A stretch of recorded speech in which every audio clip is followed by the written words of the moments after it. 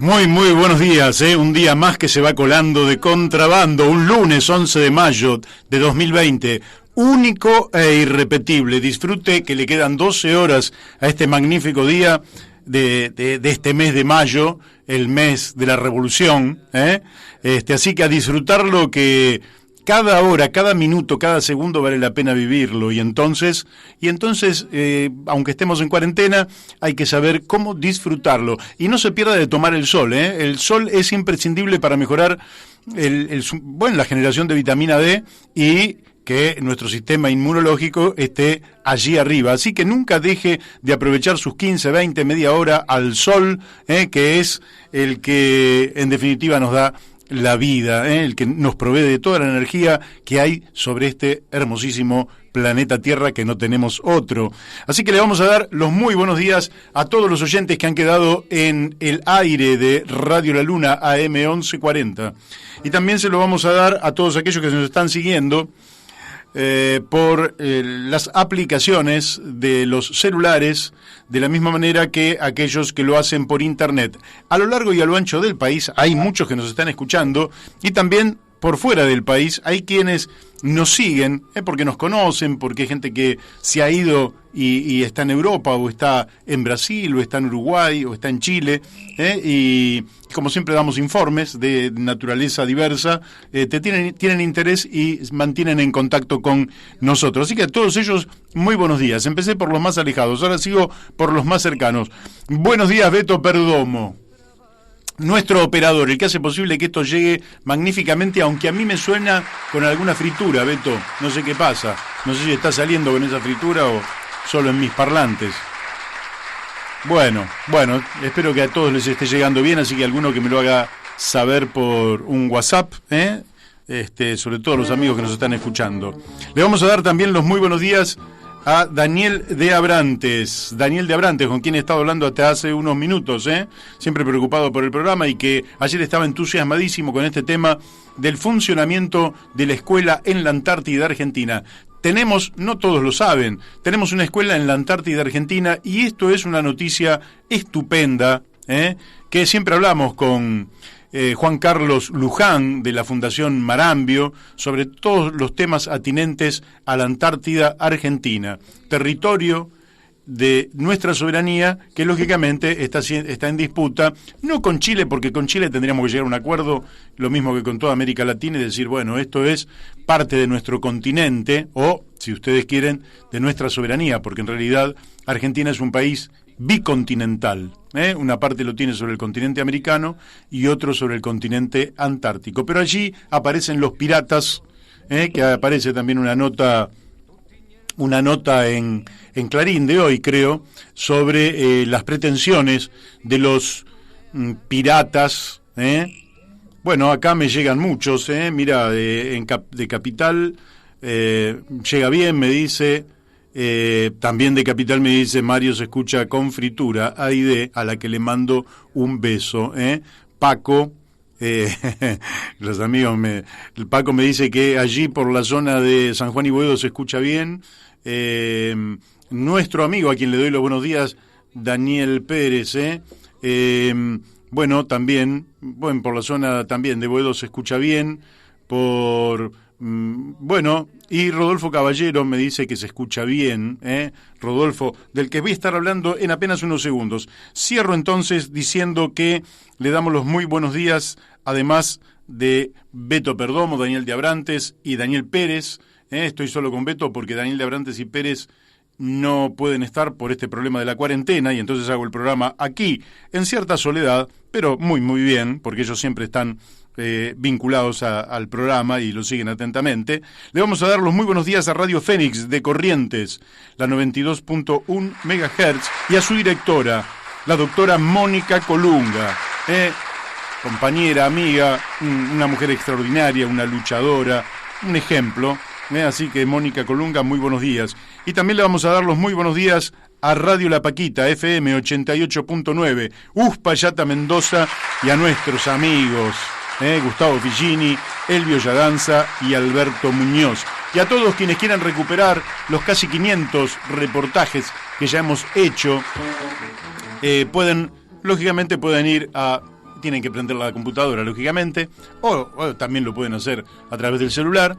Entran a Google, ponen YouTube, en YouTube ponen La Brújula en la Luna, y ahí pueden ver una enorme cantidad de entrevistados y de entrevistas que tienen que ver con siempre asuntos centrales para la República Argentina. Ahora le voy a pedir a Beto que esté muy atento.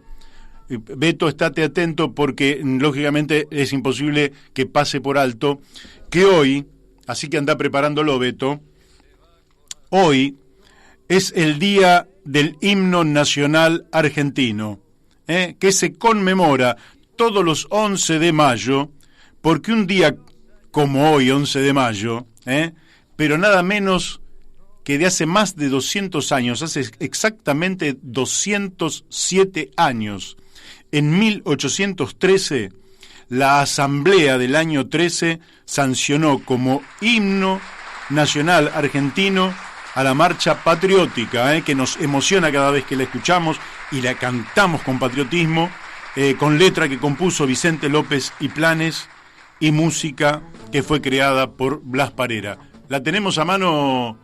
Bueno, ya la vamos a tener a mano. Vamos a seguir hablando de música también. ¿La tenemos? Bueno, vamos adelante con el himno y después seguimos.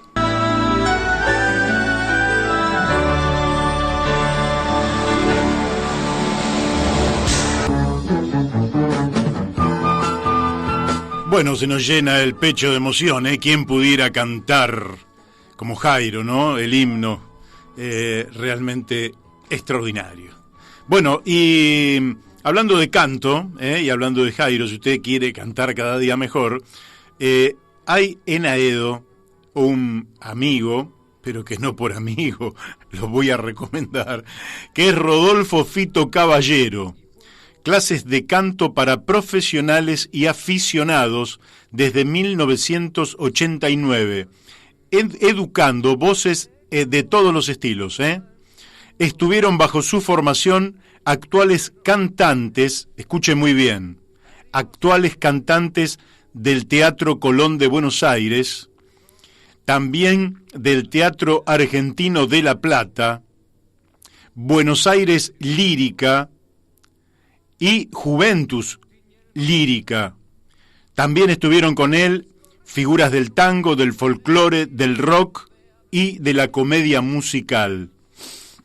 O sea, desde hace ya 31 años, Rodolfo Fito Caballero dando clases de canto a profesionales y aficionados. ¿Cómo lo puede encontrar? Pues en papel y lápiz. Si a usted le interesa, le puede enviar un mensaje por WhatsApp al 15 56 55 53 30. Se lo repito por las dudas. 15 56 55 53 30. O también lo puede encontrar en www.facebook.com/rodolfo.f.caballero. Supongo que si pone Facebook Rodolfo Fito Caballero lo va a encontrar. Bueno, desde aquí lo recomendamos. No solo porque es un amigo y un gran vecino de Aedo, a quien conocemos desde hace tantísimo tiempo, sino porque además es un gran profesional y es un orgullo poder decirlo aquí por la radio. Ahora ya me quedan muy poquitos minutos para hacer algún comentario de naturaleza política. Me gustaría el editorial, en todo caso, dejarlo para algún hueco que me vaya quedando más adelante, porque ahora en apenas unos minutos vamos a estar hablando con Margarita Stolbizer. En 3-4 minutos estaremos hablando con ella. Después vamos a estar hablando también con Mónica Frade, que es diputada nacional en estos momentos. Fíjense que son dos mujeres, las dos abogadas. Más tarde vamos a estar hablando con Alexis Dritsos, que es un economista, y le vamos a estar preguntando por los deudores de créditos UBA, y también le vamos a estar preguntando si vale la pena ahorrar en pesos a través de las tasas actualizadas por UBA. Me parece que es una cosa interesante que nosotros tengamos la posibilidad de ahorrar en pesos y no tener que utilizar monedas extranjeras, pero lógicamente que nadie puede ahorrar en una moneda que se cae a pedazos, como generalmente ocurre con el peso argentino. Por eso, hace mucho tiempo que algunos economistas, y yo con ellos, aunque se nos ha cerrado bastante la boca en este sentido, pensamos que para ahorrar en pesos el Estado debe garantizar a través del sistema bancario una actualización permanente por el índice de inflación y una pequeñísima tasa de interés, muy pequeñita, muy chiquita, pero en definitiva usted siempre sabe que va a mantener constante su poder adquisitivo, el que usted ahorra, los 5 pesos, los 10 pesos, los 1.000 pesos, los 10.000 pesos, lo que usted ahorre, va a mantener constante el valor adquisitivo y va a tener una ganancia, en estos momentos es de 1,5% anual. Me parece infinitamente más razonable que hagamos esto, porque de esta manera los argentinos ahorramos en pesos, esos pesos sirven para generar créditos, y si alguien toma un crédito al 3 o al 4%, lo va a poder pagar y le va a servir para hacer inversiones en su negocio, en su industria, en su taller, en sus instrumentos. El de Rodolfo Caballero, si quiere comprarse un piano nuevo, puede hacerlo. En el herrero, que puede comprarse una soldadora, puede comprar materiales, puede comprar una morsa, un yunque o las herramientas que necesite, y cuando usted puede hacerlo a través de un crédito por el cual va a pagar un 3, un 4%, eso le va a servir, porque entonces su actividad se lo va a reportar con creces. Cuando usted toma un crédito cuyas tasas de interés se elevan a las nubes, es indudable que ese crédito usted lo va a llevar al hundimiento, que es lo que ha ocurrido en la Argentina durante muchos de los años que vivimos, entre, por lo menos, la reforma de la Ley de Entidades Financieras de 1977, abril de 1977, a la fecha, mire la cantidad de años, ¿no? Si no me equivoco, 43 años, con una Ley de Entidades Financieras hecha por Videla y Martínez de Oz, donde todos nosotros teníamos que trabajar para los bancos. Todos nosotros para el capital financiero. Entonces el capital financiero siempre tenía la sartén por el mango, porque ellos, llueve, truene, se enferme usted o no se enferme, siempre cobran con altas tasas de interés. Ellos siempre tienen ganancias. Es una ley maldita que ya no podemos decir que es de la dictadura militar, ya es de la democracia, porque de la dictadura podíamos decir en el 84, 85, pero ya pasaron prácticamente 37 años de vida democrática, no podemos decir que es de la dictadura militar. El Congreso de la Nación ya debió haber dispuesto una modificación sustancial a esto, porque evidentemente no está puesto el capital financiero y los ahorros de los argentinos al servicio del trabajo y la producción, que es lo que queremos nosotros, sino de la especulación y en general de la fuga de riqueza y el empobrecimiento de los argentinos. Así que me parece muy interesante esto que vamos a estar hablando más tarde con Alexis Dritsos, y no les adelanto las preguntas que le voy a hacer a Margarita Stolbizer, porque ya prácticamente estamos en conversación con ella, de manera que, bueno, lo único que le puedo decir y que no les dije es el tiempo. Se los voy a decir de una manera que me permita el minuto que tenemos hasta el inicio del reportaje con Stolbizer. La temperatura aquí en el Palomar es de 17 grados y se espera una máxima de 21 grados, sin lluvia, viento moderado, 15 kilómetros por hora, un viento lindo, y una humedad 40%, es decir, un día seco, un día crocante, un día sabroso, un día para disfrutar de punta a punta. Apenas un abrigo, porque 17 grados está fresco, pero al estar seco no se siente tanto el frío, y es un día, no le voy a decir para salir a la calle y hacer actividad, porque estamos en cuarentena, no se me ocurriría nunca, pero sí me parece que es un día precioso para disfrutarlo, de la misma manera que todo indica que mañana va a ser otro día de estupendo, soleado, sin... Bueno, yo te diría, Betito, que vamos a tratar de... Les agradezco a todos los que están mandando WhatsApp, y vamos a tratar de insistir en la comunicación con Margarita. Bueno, ¿qué otras cosas tenemos? Bueno, hoy es un día también, un día muy particular para aquellos que han comprado Bitcoin. Bitcoin es una moneda virtual, es una criptomoneda. Bueno, aquí lo hemos hablado con Nicolás Zulzik durante 3 programas. Siempre es un tema difícil, porque todos estos temas que tienen que ver con tecnologías sofisticadas aparecen como cosas difíciles. Lo cierto es que esta es una moneda que, a diferencia de las monedas que han hecho a lo largo de la historia con materiales, qué sé yo, tantas cosas que han servido como moneda, ¿no? Desde la sal hasta frutas o cosas que, bueno, eran monedas medias débiles como moneda, hasta otras que fueron tan duras como el oro, la plata, el cobre o otros metales, o monedas que se fueron transformando en papel, que son las monedas fiduciarias. Moneda fiduciaria quiere decir que es un acto de fe. Yo creo que detrás de este billete de 100 pesos, que en definitiva es papel pintado, hay algo que respalda a ese billete, por eso se llama moneda fiduciaria, pero ahora ya ni siquiera tiene consistencia de papel. Ahora las monedas, empiezan a aparecer monedas como el Bitcoin. El Bitcoin fue la primer moneda virtual que apareció en el mundo, una criptomoneda, porque está encriptada, quiere decir que está como en una caja fuerte, ¿no? Y tienen algunas virtudes, en principio porque están hechas bajo una tecnología que le llaman blockchain, y esa tecnología permite que todo lo que ocurra con esa moneda pueda ser controlado por millones de usuarios de Internet que pueden verlo a través de sus propias computadoras, de manera que es una moneda que para mucha gente es confiable, para otra no es confiable. Lo cierto es que esta tecnología le va permitiendo a las naciones, el Bitcoin no tiene respaldo de un banco central, pero le va permitiendo a las naciones pensar en desarrollar monedas con esta tecnología. Es lo que ha hecho China hace una semana y lógicamente que la va a empezar a utilizar en 4 provincias chinas, pero ya ha hecho temblar los mercados financieros internacionales, de manera que la tecnología también incide en la vida de nuestras comunidades en todos los sentidos. Creo que ya estamos en contacto con Margarita Stolbizer. Buenos días, Margarita. Buen día, ¿qué tal, Mario? Un gusto estar con ustedes.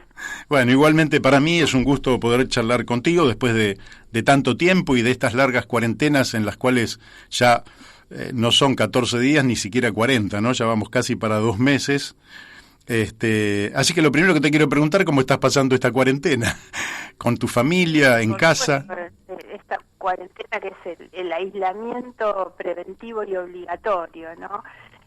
Yo siento que de todos modos somos sectores privilegiados en esta cuarentena, porque cuando el esfuerzo que se nos pide es quedarnos adentro de nuestra casa, digamos que no debería casi ser considerado un esfuerzo. El gran problema es cómo esto impacta muchísimos otros sectores. Me refiero tanto de la vida social, aquellas personas a las que se les impone estar adentro de su casa y casi no tienen casa, no tienen vivienda, o los hábitats realmente están en condiciones de infrahumanidad, ¿no?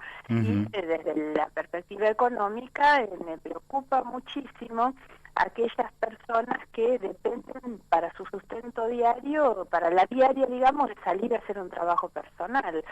Tanto el que hace changas como el que abre un pequeño comercio, el que trabaja en la peluquería, el que hace servicios a domicilio, o sea, hay una cantidad de actividades paralizadas que estas están produciendo un efecto económico y social muy, pero muy grande, y me da la impresión también que hay muchos sectores que están por afuera de las ayudas o de las consideraciones del Estado, sobre todo.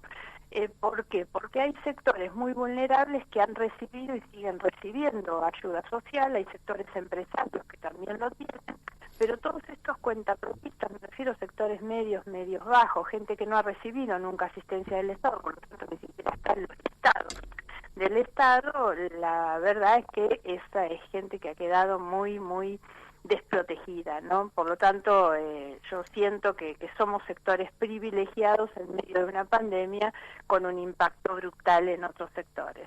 Bien, sí, claro, es así, es decir, están quienes podemos aguantar esta cuarentena y quienes no. ¿No sentís que se ha ido aflojando también la cuarentena? Es decir, que hay más movimiento en la calle, en los comercios.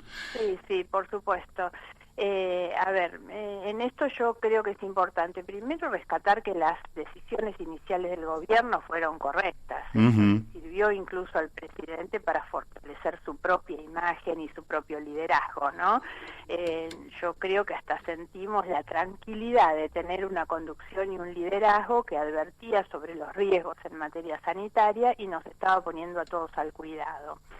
El problema, y así como valoramos la conformación de ese comité científico con personas muy reconocidas que están asesorando permanentemente al presidente y que evidentemente son personas de gran nivel y equilibrio en cuanto han asesorado al presidente, no ha habido de la misma manera lo que yo llamaría un comité de crisis, también un comité científico técnico, pero en las áreas económicas y sociales. Me parece que esto no existió, no ha habido un comité de crisis, sobre todo en lo social, en lo laboral.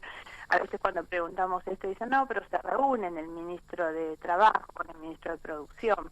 Bueno, poco vemos de eso, poco conocemos y además de última está cerrado a los funcionarios del gobierno. No hay un ámbito, digamos, con científicos técnicos de universidades que puedan estar aportando en esto como si se hace en lo sanitario.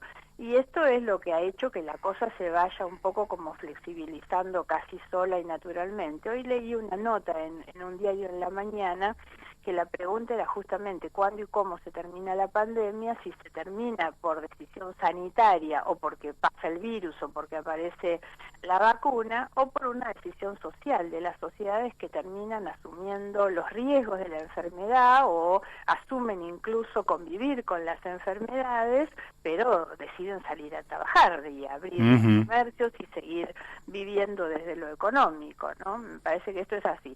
También hay que separar porque las estadísticas muestran claramente que si bien la enfermedad tiene un efecto contagioso altísimo, y ayer leía una estadística, el 80% de la población afectada tiene edades entre 15 y 50 años, estamos hablando de una edad media, por el efecto de propagación muy fuerte que tiene el virus.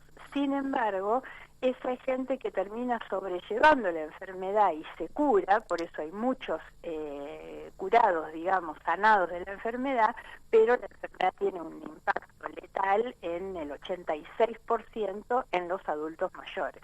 Claro. Entonces ahí creo que hay que poner un foco de atención muy, muy fuerte también por el grado de vulnerabilidad que tiene, ya no al contagio, o sea, al contagio, pero fundamentalmente como riesgo para la vida por otro tipo de afecciones preexistentes, ¿no? Te voy a llevar un poquito al terreno quizás de la filosofía política, si se quiere, pero es una reflexión pertinente con esto que estamos hablando.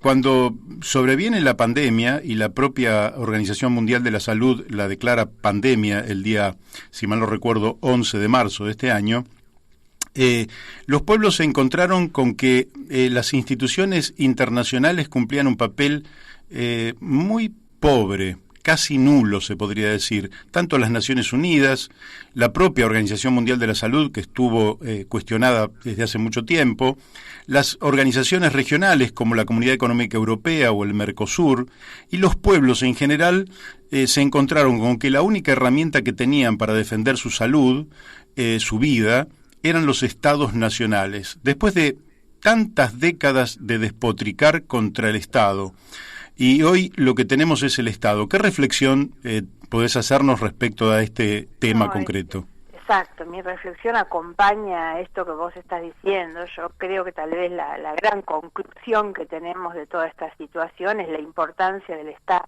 el enorme papel del Estado frente a estas situaciones, que sobre todo en un inicio demostraron, si bien hay sectores particularmente vulnerables, como decíamos, tanto al contagio como a la posibilidad de la muerte, lo hay también en distintos sectores sociales, ya no solamente etarios.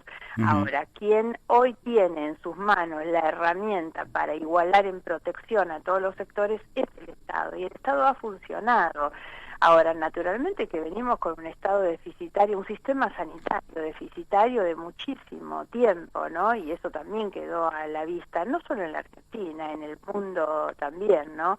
El ver cómo han construido hospitales en pocos días y demás, además de que asusta mucho, eso a mí me asusta mucho cuando veo esos lugares que se van preparando, digamos, para alojar a miles de personas enfermas, es una imagen que asusta. Ahora, el gran valor que el Estado tiene frente a toda esta situación.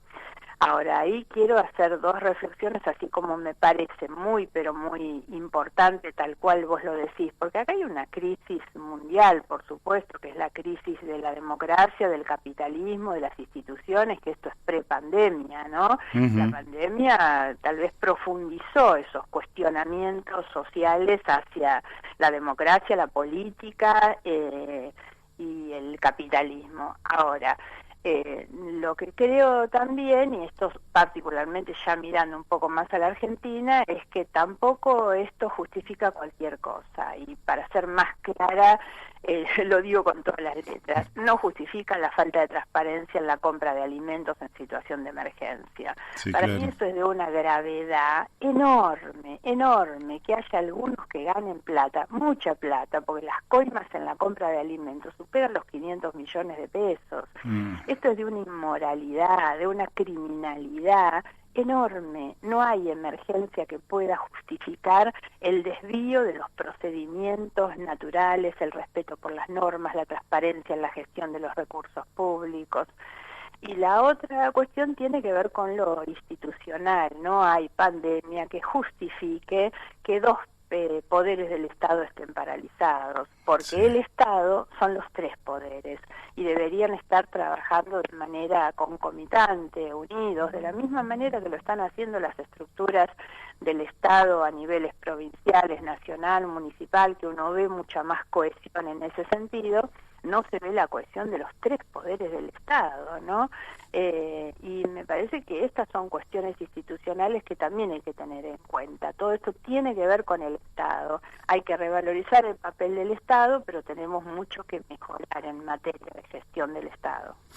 Desde el punto de, siguiendo la última de las líneas, que es la institucional de lo que vos mencionás, efectivamente hay una carencia notable de parte del Poder Judicial, que realmente ha hecho algunos disparates también en la provincia de Buenos Aires, de los cuales después te puedo preguntar también, y de una renuncia a la acción del Poder Legislativo que espanta. Ahora, el presidente Alberto Fernández en su momento... Perdón, Mario, lo pondría en dos claves. Una clave, por supuesto, es esa falta de acción o de acompañamiento en lo real. No están sesionando, no están funcionando. Ahora, lo pongo también en otra clave. La verdad es que se han hecho los tontos mirando para cualquier otro lado en función del reclamo que la sociedad viene haciendo sobre el gesto de la política en la reducción de los ingresos, ¿no?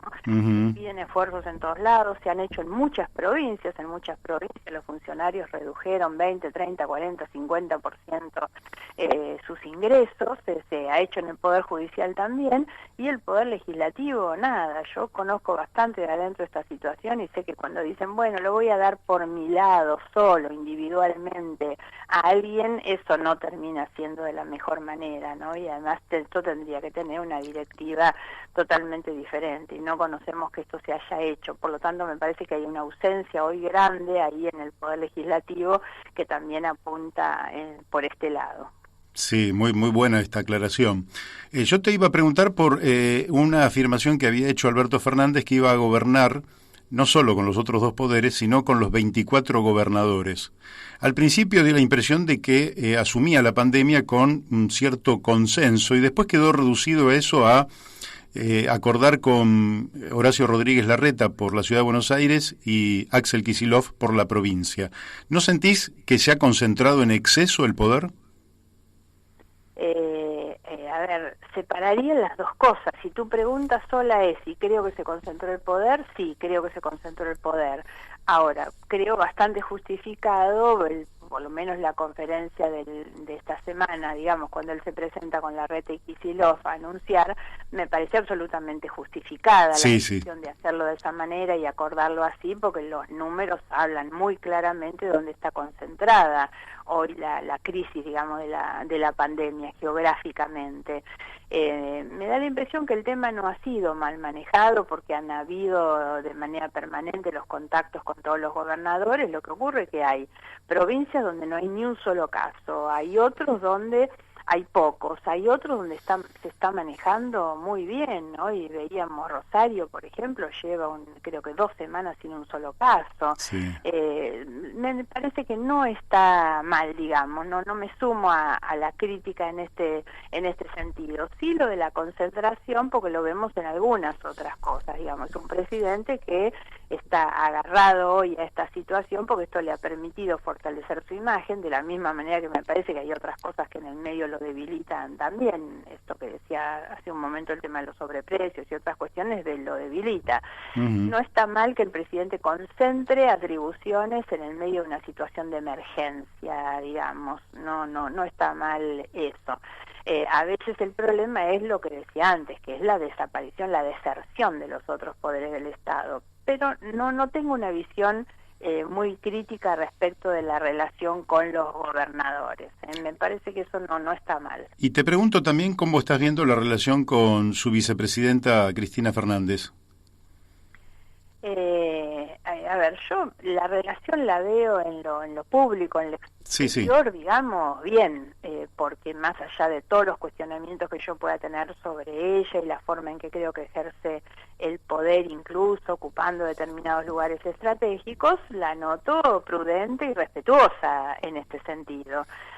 Por lo tanto, no me parece que esté mal. Hay mucho, me parece, ruido alrededor, porque claro, tenemos prejuicios, digamos, pero no lo veo mal en este momento. Bien, y te hago otra pregunta que tiene que ver... Una aclaración en esto.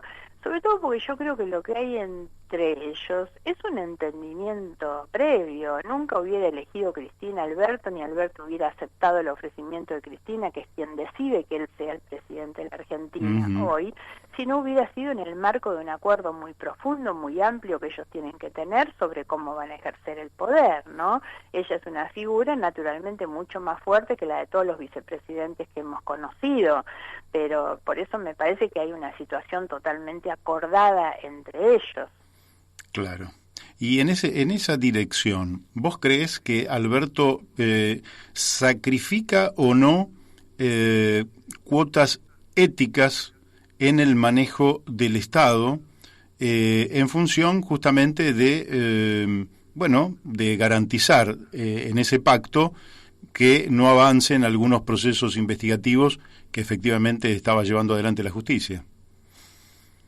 No tengo en esto una opinión definitiva, no se podría dar una opinión definitiva. A mí me genera bastante molestia cuando el presidente se para en esa posición de profesor de Derecho Penal y hace una calificación de las investigaciones. Por ejemplo, yo lo he escuchado decir que en las causas de Cristina Fernández no hay elementos, no hay pruebas, la verdad.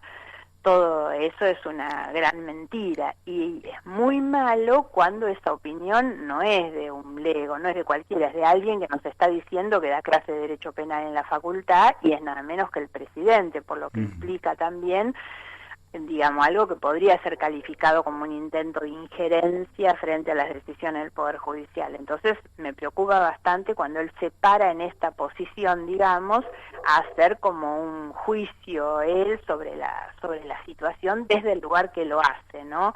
Eso me preocupa. Ahora, si esto ha implicado concesiones éticas o demás, yo no estoy hoy en condiciones, digamos, de afirmártelo. Más allá de que yo tengo una opinión sumamente crítica del lugar que ocupa Cristina Fernández, porque parto de la convicción más absoluta sobre todos los delitos que se cometieron durante su gobierno y de los que ella fue protagonista y decisora principal, ¿no? Entonces, mi visión es obviamente muy, muy crítica en los temas de fondo, ¿no? Claro. No te cambió mucho, pero porque siempre estamos más o menos alrededor de lo mismo, pero el otro día lo escuchaba a Ernesto Sanz decir que en la Argentina con la irrupción de Cambiemos primero y hoy Juntos por el Cambio, y también en el último caso la irrupción del Frente de Todos, se había consolidado un sistema político que ya a esta altura estaba dando satisfacción a la demanda que pudiera existir de parte del pueblo argentino, en una suerte de negacionismo acerca de la posibilidad de que otros espacios pudieran aportar algo distinto a lo aleatorio, a lo marginal, a, digamos, a algo que está en los márgenes, ¿verdad? ¿Vos crees que el sistema político argentino está consolidado con estas dos fuerzas o sigue existiendo la necesidad de la irrupción de un tercer espacio que plantee algo distinto? Por un lado, creo que está bastante consolidado esto como un esquema de polarización muy fuerte, que lo vimos ya desde hace 2 procesos electorales y está muy instalado. Ahora, no celebro esto de ninguna manera, porque la última parte de tu pregunta es determinante. Creo que hace falta o no otra expresión. Por supuesto que creo que esto no se puede agotar en este esquema polarizado, binario, de 2 fuerzas políticas que se expresan así antagónicamente. Me parece que queda muchísimo de la política y de la sociedad sin expresar con estas 2 fuerzas, y que además esta disputa en los términos de antagonismo en que viene planteado, no es que deja fuera a los demás, que deja fuera en realidad una Argentina con posibilidades de desarrollo totalmente distintas, basadas en los acuerdos, en la alternancia en otros términos, en la representación en otros términos. Entonces lo que Sanz puede estar celebrando, digamos, por calificarlo de alguna manera, a mí me parece realmente que es parte, digamos, de la explicación de por qué nos va tan mal como nos va en muchas cosas, ¿no? Y yo aspiro sinceramente a que puedan tener representación otras expresiones políticas, bueno, sin ir más lejos las nuestras, porque creo que la derecha está siempre sobre representada en la Argentina, y en cambio me éticamente progresistas, honestamente progresistas, hoy carecemos de representaciones fuertes, firmes, y que es necesario recuperar esos espacios. Bien, la última pregunta de mi parte, y no hay nadie más aquí, así que va a ser la última pregunta, Margarita. ¿Cómo estás viendo este proceso de la deuda, donde Argentina parece fluctuar entre la necesidad de un acuerdo, algunos lo plantean a cualquier precio, el gobierno parece decir un acuerdo sí, pero no a cualquier precio, y las posibilidades de default? ¿Cómo estás viendo vos este panorama, dado que estamos, digamos, en medio de lo que no cerró el viernes pasado porque los acreedores no aceptaron, y el 22 de mayo, que sería la última fecha para poder acordar o entrar en default? ¿Cómo lo estás viendo? Yo creo que es necesario el acuerdo, no a cualquier costo. Ahora, esto me lleva a otra reflexión. Los problemas de la Argentina son problemas prepandemia. El problema de la deuda, del endeudamiento permanente y casi confiscatorio, digamos, de nuestros recursos, el problema de la inflación, el tema de la pobreza, la falta de crecimiento, digamos, son temas prepandemia. Lo que ha hecho la pandemia ha sido tal vez ponerlos un poco al costado y, a mi juicio, concentrar exageradamente en el tema de la deuda y de la resolución de la deuda los problemas de la economía argentina, que yo creo que son otros, por eso menciono todas estas otras cuestiones. Yo veo hoy el ministro de Economía totalmente dedicado al tema de la deuda, no le quiero restar importancia al tema de la deuda. Lo que digo es que tenemos otros problemas y no realmente resolviéndolos. No veo un ministro de producción, digamos, haciéndose cargo por lo menos de la otra parte de la economía.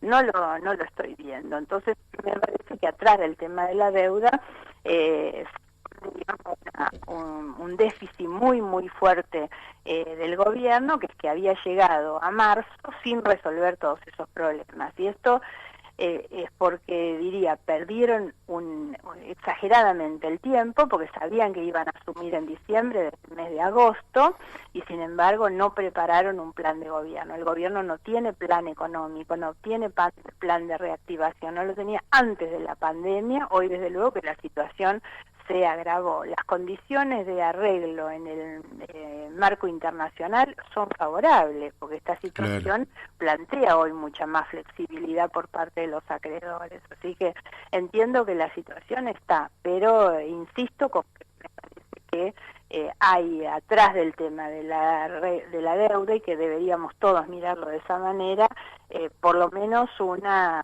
subestimación del resto de los problemas que a mi juicio deberían ser prioritarios.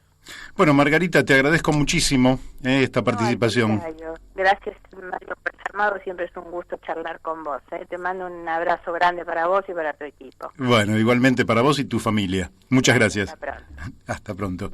Bueno, hemos hablado con Margarita Stolbizer, definiciones claras en todos los temas que le hemos planteado. Realmente la conozco a Margarita, es una mujer de la política desde tiempos, no voy a decir inmemoriales porque eso es una locura, por lo menos desde 1982 la conozco, siempre batallando en favor de la democracia, de la igualdad, con una conducta, con una vida privada que es pública, porque todos conocemos a sus hijos, a su marido, y la verdad que es un orgullo tener a esta dirigente aquí en el municipio donde se encuentra Radio La Luna, que es el municipio de Morón. Así que para mí ha sido verdaderamente un gustazo. Y hablando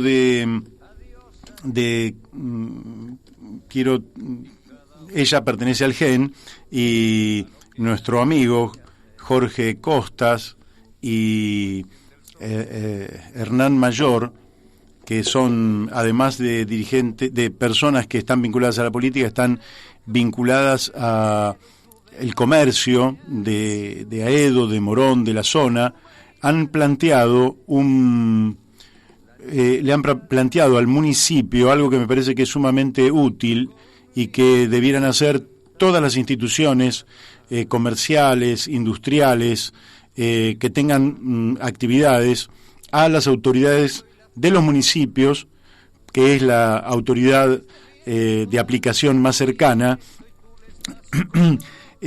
básicamente protocolos de seguridad que le permitan a todos desarrollar su actividad sin tener mayores problemas. Quiere decir que el asunto no es la disyuntiva que plantea el presidente de la Nación, que prefiero una fábrica cerrada porque los obreros están haciendo cuarentena, a una fábrica cerrada porque sus obreros, digamos, están enfermos. La disyuntiva debería ser entre estar parados o tener una actividad económica funcionando con seguridad, cumpliendo todos los protocolos que se corresponden para que la salud y la vida de las personas no corran peligro. Se pueden desarrollar, y esto ya se sabe, porque por experiencias en el mundo, pero también porque en la Argentina hay personas especializadas en bioseguridad, que usted puede desarrollar una actividad comercial o industrial incluso, de taller, en fin, distintas actividades, en un marco de mucha seguridad, teniendo mascarillas, teniendo barbijos, teniendo alcohol en gel, cuidando la distancia, en fin, así, teniendo protocolos verdaderamente muy extensos, que es lo que acaban de hacer desde la Cámara de Comercio e Industria de Aedo, que los felicito realmente, y entonces usted puede tener la actividad sin riesgo. Esa me parece que es la solución.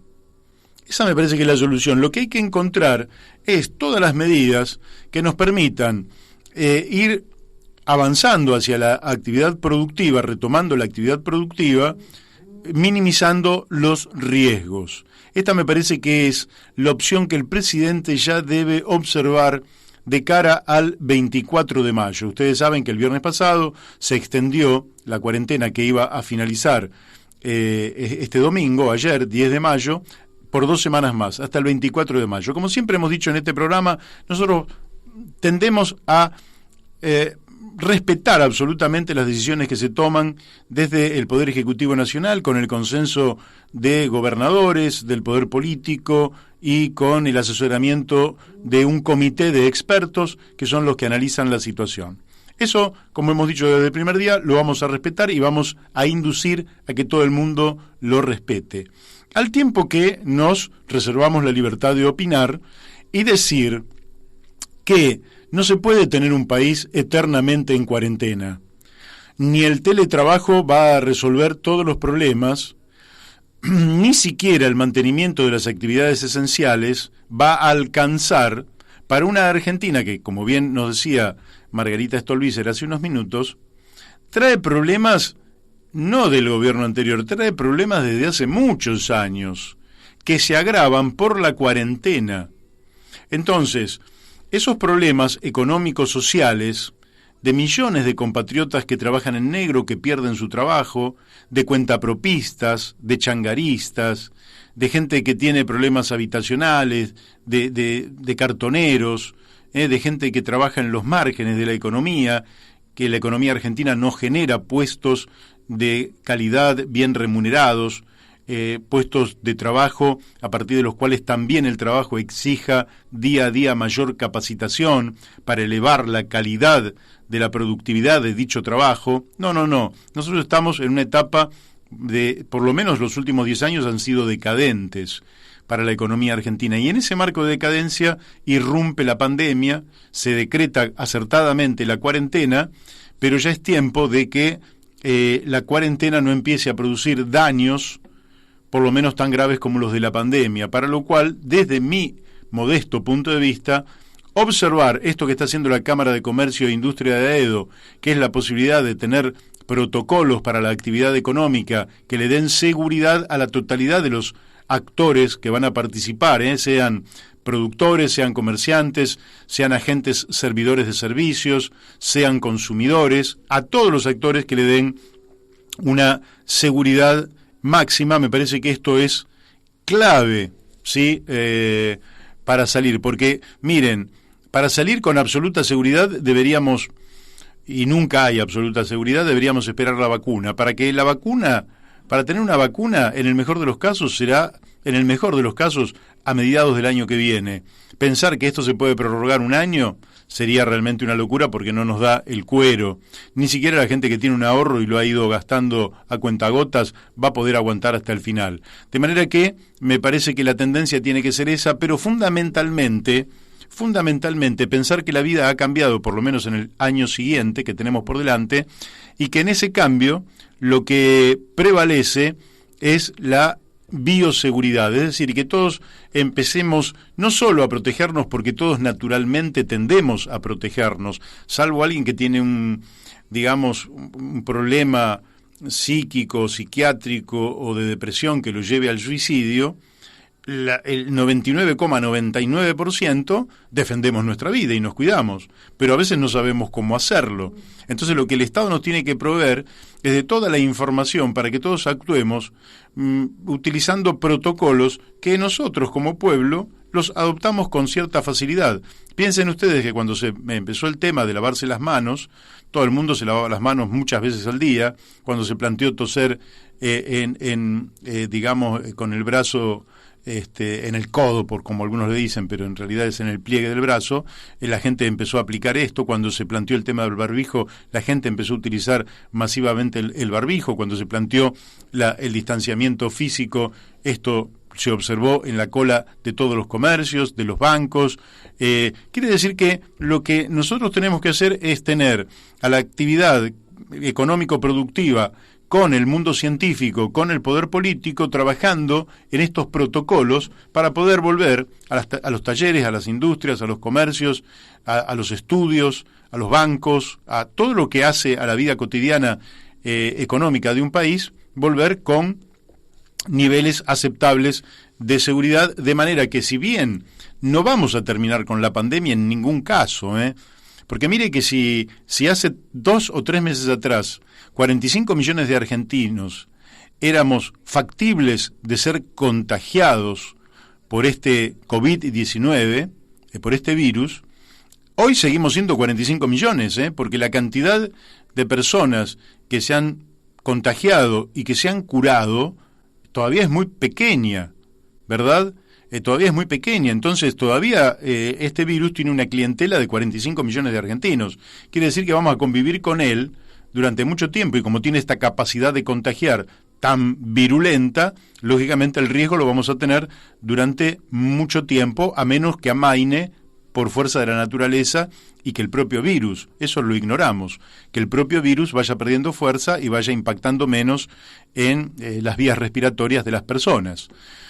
De manera que celebro esta iniciativa que me la transmite aquí Jorge Costas, que seguramente nos está escuchando y que voy a ver, espero que sí, para la Cámara de Comercio e Industria de Aedo, mis gratas felicitaciones. Ese es el camino. Bueno, ahora vamos a ir a un pequeño corte y después vamos a estar hablando con la diputada nacional Mónica Frade, después con el economista Alexis Dritsos y probablemente nos dé lugar para hacer un comentario editorial que era tan extenso que no me animé ni siquiera a iniciarlo.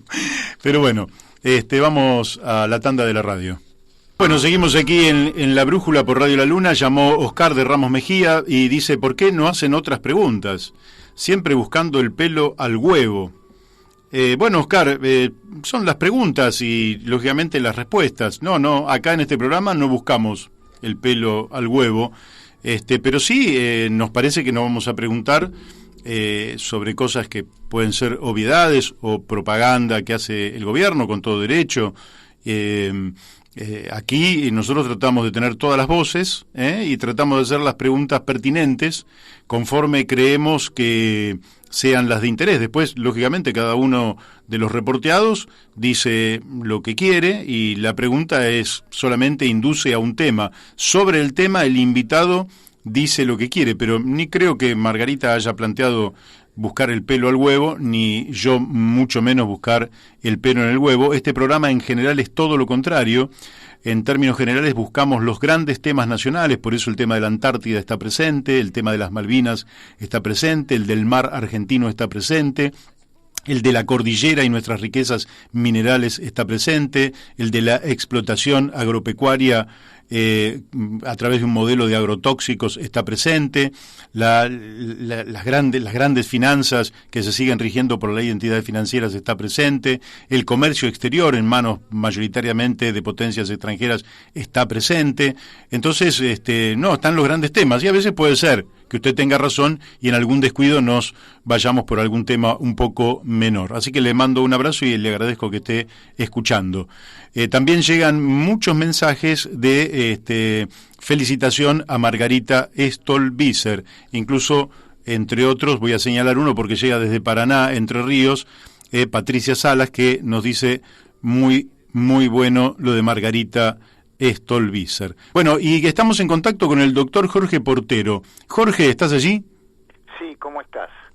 Bueno, ¿cómo has escuchado a Margarita Stolbizer? ¿Cómo estás viendo el programa? Y en realidad, lo que más me interesa, ¿cómo estás viendo la Argentina? Bueno, mira, es un momento para reflexionar muy difícil, porque hay una susceptibilidad en todos que hace que a veces lo que uno quiera decir con la mejor intención se tome para mal, o porque se piensa que se le pone, como dijo el oyente anterior, se le busca el pelo al huevo, o al revés, que se dejan viejas banderas para constituir una especie de bloque de apoyo a alguna de las medidas que se toman, ¿no es cierto? O sea, hay que tratar de escaparse de esa dicotomía, de esa polarización que hace que todo se vea en función de esa lucha o de esa pelea prepandemia, digamos, ¿no? Uh-huh. Sigue estando, sigue habiendo intereses como había antes, pero parecería que hay situaciones que ameritan un nuevo análisis, inclusive porque va a cambiar el mundo.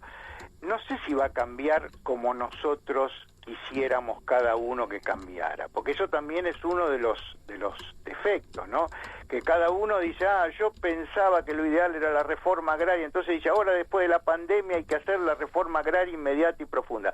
Yo pensaba que la solución era la criptomoneda de no sé cuánto, entonces ahora si viene la criptomoneda, y por ahí falta explicar cómo se van a producir esos cambios y si de la crisis a veces nos salen fortalecidos los sectores más poderosos justamente del sistema, ¿no? No es tan fácil que la crisis es una oportunidad y entonces se va a dar la gran revolución que todos de alguna forma o algunos esperan. Mi reflexión es que hay cosas que sí son criticables, según mi punto de vista, por supuesto, y es, por ejemplo, cuando el equilibrio de Alberto, por ejemplo, se pierde cuando para defenderse hace esas comparaciones con lo que pasa en otros países. Entonces dice que si seguimos el modelo sueco hubiéramos tenido tantas muertes. Eso es, yo sé que lo hace para defenderse de ataques tan irracionales como por ahí la defensa que él ensaya. Pero es una cosa, digamos, que no resiste el menor análisis. Hay miles de circunstancias que influyen. Entonces no se puede traspolar la situación de un país desarrollado frente a una pandemia que aparte en algunos casos es una lotería. ¿Por qué cae en un lugar y no en otro? No es algo tan simple que depende solamente de las medidas que tomemos. Y depende del estado de desarrollo del país, de la política y la decisión que hayan tomado, si están de acuerdo con la estrategia del rebaño, con la estrategia de la cuarentena. O sea, si privilegian determinado nivel de actividad económica. O sea, no se puede hacer esas comparaciones. Él ya las hizo una vez con lo de Chile. No conviene porque te enemistás sin ningún tipo de sustento y de digamos de consecuencias buenas para nuestra situación. Fuera de eso, que fue un exabrupto, el mismo exabrupto que tuvo el día que dijo que el fútbol iba a venir antes o alguna cosa de una persona que al estar expuesta y habla tanto seguramente va a decir alguna cosa que después la realidad le desmiente. Pero esto de analizar las distintas estrategias y criticar y decir nosotros fuimos mejores que otros, me parece que es algo, primero que no debe hacerse porque jugaste recién el primer tiempo del partido. Entonces no podés decir, y el COVID es el Barcelona, entonces no podés decir que porque va 0-0 ya ya empataste el partido y te salvaste del descenso. No sabés. Esas son las cosas que no es un problema de Alberto, es un problema de todos nosotros, de toda la sociedad argentina, que de alguna forma saca conclusiones apresuradas y quiere extrapolar esas conclusiones dándole validez universal, ¿no es cierto? Claro. Así que bueno, mi reflexión es la prudencia al hablar y la necesidad de entender que todas las soluciones son a un fenómeno que en cada lugar y en cada momento tiene distintos vectores, distintas realidades a las que se enfrenta y que entonces erigirse ni en el culpable ni en el gran solucionador del problema. Yo creo que hay que actuar con humildad, hay que, ¿cómo podría decir?, hacerse fuerte, tomar medidas, no ser cobarde, pero también entendiendo que es una realidad compleja que nadie puede dominar y que nadie está en condiciones, salvo, digamos, criticar exabruptos, como puede ser alguno que ha dicho Trump o Bolsonaro, que bueno, que eso se ha ido de la mínima lógica, ¿no es cierto? Pero aún así, creo que el tema de la economía, el tema de eso es una de las reflexiones que quería hacer. La otra es que nosotros estamos viendo con la pandemia lo grave de un proyecto neoliberal que, además de las consecuencias que siempre se enuncian, tuvo otra, que es la segmentación de la sociedad. Uh-huh. Estamos absolutamente segmentados. Estamos segmentados en el sentido que somos jubilados que ganan la mínima, jubilados que no ganan la mínima, trabajadores en negro, trabajadores en blanco, trabajadores del AMBA, trabajadores del interior, monotributistas, o sea, que gente que paga el gas, pero que como tiene una sola vivienda paga menos, tiene una tarifa social porque es jubilado, y entonces el Estado, cuando tiene que tomar medidas, o sea, esto se hizo teóricamente porque el neoliberalismo dijo, el gas hay que pagarlo a precio real. Entonces empezaron a crear numerosas excepciones, numerosas variantes, y hoy tenemos una sociedad que cuando el Estado quiere aplicar las medidas, se encuentra con un universo tan disímil que casi cada persona tiene una situación distinta frente al Estado, frente al fisco, y entonces las medidas universales, que son las más fáciles de aplicar, así es, como esa que propones vos, digamos, el ingreso básico universal. Claro, como el ingreso básico universal, aparecen como algo injusto, como algo que va a beneficiar a todos, cuando en realidad son las únicas medidas de aplicación más o menos posible, porque las otras son medidas que en la aplicación se transforman en utópicas, porque ¿cuántas personas que están en una condición logran el beneficio que a esa condición teóricamente le corresponde? ¿Cuántas personas pueden hacer el trámite para inscribirse en Internet, que le piden un código, que se olvida el código, que o sea, uno encuentra que esta sociedad tan fragmentada, tan que con el verso de que nos pone en la justicia total a cada uno, porque al que cobra menos le cobra menos gas, al que cobra, termina siendo un zafarrancho de distintas situaciones que ni siquiera las arregla ni la planilla Excel, ni la Internet, ni todos los procedimientos binarios que tratan de organizar esto. Así es. Bueno, Jorge, te agradezco muchísimo el llamado, la vamos a seguir igual, ¿eh?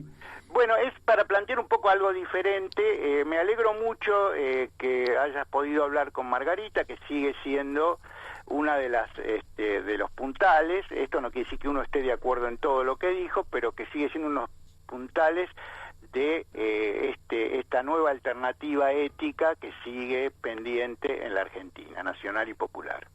Bárbaro, bueno, te mando un fuerte abrazo. Bueno, muchas gracias y un abrazo, y siempre valorando lo que vos haces con ese programa y con todas tus acciones. Muchísimas gracias. Bueno, chao. Bueno, hemos hablado con el doctor Jorge Portero, ¿eh? Les digo que me ha llegado una lista de nuevos casos positivos de ayer, que son de La Matanza. Ramos Mejía, 23 casos positivos. La Ferrere, 18. Lomas del Mirador, 7. Rafael Castillo, 7. González Catán, 6. Ciudad Evita, 6. Ciudad Madero, 5. Villa Luzuriaga, 3. 20 de junio, 2 casos positivos. O sea, habría que sumar, no lo voy a hacer ahora, pero son, no sé, unos 70 casos más o menos positivos que han dado en La Matanza. Esperemos que todos lo puedan sobrellevar de la mejor manera, porque el hecho de contagiarse no implica ni siquiera necesariamente tener síntomas graves. En la mayoría de los casos son asintomáticos, las personas son asintomáticas, según había dicho el ministro de Gobierno de la ciudad, analizando a quienes ingresaban al país de viajes del exterior. 2 de cada 3 eran asintomáticos y 1 de cada 3 tenía síntomas, pero el 80% de ese tercio virtualmente no tenía mayores dificultades, con lo cual hay un número importante de nuevos casos en La Matanza, pero no sería para para preocuparse. Pero sí, Ramos Mejía, de donde llamó recién Oscar, hay 23 casos, y lógicamente que no es porque estemos buscando nada del otro mundo, porque efectivamente yo creo que todos estamos en el mismo barco, y en el mismo barco, lógicamente tenemos que remar todos para el mismo lado, pero el capitán nos tiene que decir también para dónde tenemos que remar y alguna opinión también nosotros podemos expresar. Me siguen llegando de varios, muy bueno lo de Margarita Stolbizer, y acá me llega entre otros de Miguel Pascual, un largo mensaje que no puedo leer, Miguel, al aire, de la misma manera de Horacio Pistone, que aquí me manda, y otros que me van enviando también, así que, bueno, estamos, les digo que, por ejemplo, hay quienes son infinitamente más duros. Nosotros no es que seamos duros o no seamos duros. Nosotros tenemos en nuestra cabeza un modelo de sociedad. Ese modelo de sociedad tiene que ver con lo que creemos debería ser la Argentina, y nosotros creemos que la Argentina, en este mes de mayo, lo puedo decir más alto todavía, y en el Día del Himno Nacional Argentino todavía más, nosotros creemos que las claves de lo que debe ser la Argentina están en la Revolución de Mayo, donde ese día 25 de mayo se impuso el ala revolucionaria, se impuso Mariano Moreno, Belgrano, Castelli, en fin, son la línea más dura, la línea que tiene un proyecto ya que va más allá del hecho de destituir al virrey. Entonces, eso, ¿quién lo va a sintetizar de la mejor manera? Lo va a sintetizar Esteban Echeverría, de gran manera. Entonces el modelo que expresa, donde Esteban Echeverría dice cosas maravillosas. Yo recuerdo siempre esa frase donde él dice que la democracia es el régimen de la libertad basado en la igualdad de clases. Y no en vano lo dice, porque en nuestro himno nacional dice, después de repetir 3 veces la palabra libertad, ved en el trono a la noble igualdad. Entonces nosotros tenemos en nuestra cabeza un país moderno, igualitario, con beneficios para todos, y no este país que tenemos donde hoy el 60% de los niños y adolescentes están por debajo de la línea de pobreza, y casi la mitad de la población también está por debajo de la línea de pobreza. Nosotros, la pobreza, yo no sé si es el término más adecuado, lo voy a decir aquí como un comentario. Yo creo que la peor palabra es la exclusión, porque usted de la pobreza vuelve, porque hay un sistema que en un momento no lo tuvo en cuenta, pero que usted puede volver. En la Argentina se ha ido generando un modelo que no necesita de millones de argentinos. Y esos argentinos están excluidos, algunos en su tercera generación. Hay chicos que sus padres son excluidos y sus abuelos han sido excluidos de aquella Argentina industrial, ¿verdad? Que no se puede reconstituir, Aquella Argentina industrial ya pasó, pero era una Argentina industrial en la que nací yo, en la que me crié yo, en el marco de un barrio, en una ferretería que era la de mi viejo, estudiando como técnico mecánico, rodeado de industrias, con pleno empleo, donde todo el mundo, si perdías el laburo, te importaba un empleo porque al otro día, si querías, podías tener otro trabajo. De aquella Argentina pletórica, pasamos a una Argentina donde tener un empleo es dificilísimo, es muy difícil, y donde la gente es permanentemente excluida de este modelo. Entonces, pobreza y exclusión son dos parámetros que habría que tener en cuenta. ¿No nos podemos comunicar con Mónica? Bueno. Entonces, entonces no es que seamos duros o no seamos duros. Mucho más duro que nosotros es Jorge Asís, por ejemplo. Un peronista que dice que el gobierno está absolutamente paralizado. Y virtualmente está diciendo que el gobierno de Alberto se termina con la pandemia. No, nosotros decimos el gobierno de Alberto se termina el 9 de diciembre del 2023 a las 24 horas, donde o bien Alberto Fernández u otro presidente o presidenta se haga cargo de la Argentina, en el marco del respeto de la Constitución Nacional y de las instituciones. Y en este programa ni se nos ocurre que nosotros vamos a desgastar a ningún gobierno. Nosotros vamos a querer el éxito de los gobiernos, porque cuanto más exitosos sean los gobiernos, también hay mejor perspectiva para pensar un futuro mejor. Cuando uno está aprisionado en un presente que lo angustia, cuando uno está en una cárcel del presente que no le deja libertad de acción, no hay futuro. Es difícil imaginar el futuro, pero cuando uno empieza a liberarse de esa prisión y empieza a imaginar cómo puede construir el futuro, tanto los individuos, las familias, las empresas, las provincias como la nación, empiezan también a imaginar un futuro. Entonces, cuando eso ocurre, esa imaginación prospera cuando hay bienestar general. Por eso nosotros queremos que a los gobiernos les vaya bien. Queremos que al gobierno, nunca se me ocurrió pensar que a los gobiernos anteriores, si les fuera mal, podría ocurrir algo bueno para alguien. Cuando le va mal a los gobiernos, nos va mal a todos. Y mucho más a quienes aspiramos a cambios estructurales. Porque la gente ni quiere hablar de cambios estructurales cuando estamos angustiados por la emergencia, por la urgencia, por la coyuntura, por el presente, por lo inmediato. Ni me hables de mañana, no, yo tengo que pensar a más tardar en esta noche. ¿Qué plato de comida le llevo a mi familia esta noche? ¿Qué le va a hablar usted de un proyecto a mañana? ¿Cuánto menos a un mes o a un año? No hay proyecto cuando el presente nos angustia, el presente nos carcome, el presente nos quita mirada de futuro. Así que nosotros siempre vamos a trabajar para el éxito de los gobiernos independientemente de la ideología. Por otra parte, me gustaría recordar que el Partido Justicialista, yo pertenezco a un partido que es el Partido Socialista Auténtico, esto mis oyentes lo tienen que saber porque no lo he ocultado jamás, pero el Partido Justicialista en estos 30 y pico años de democracia ha gobernado la mayor parte de esos años, ha gobernado por lo menos dos terceras partes, por tanto alguna crítica también tendrá que ser aceptada, porque si no tendríamos que creer que no forman parte del problema y yo creo que forman parte de la solución, pero hasta aquí fueron más parte del problema que de la solución. Bueno, yo creo que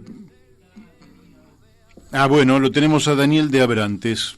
Daniel, mira.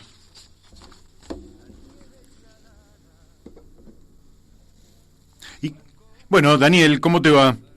¿Qué tal? Buenos días a todos los oyentes, disfrutando de la mañana y del programa. Muy bien. Está muy bueno, como siempre. Y nada, para aportar un granito de arena, el fin de semana se publicó una noticia muy alentadora, muy interesante. Creo que no comentaste sobre ese tema todavía.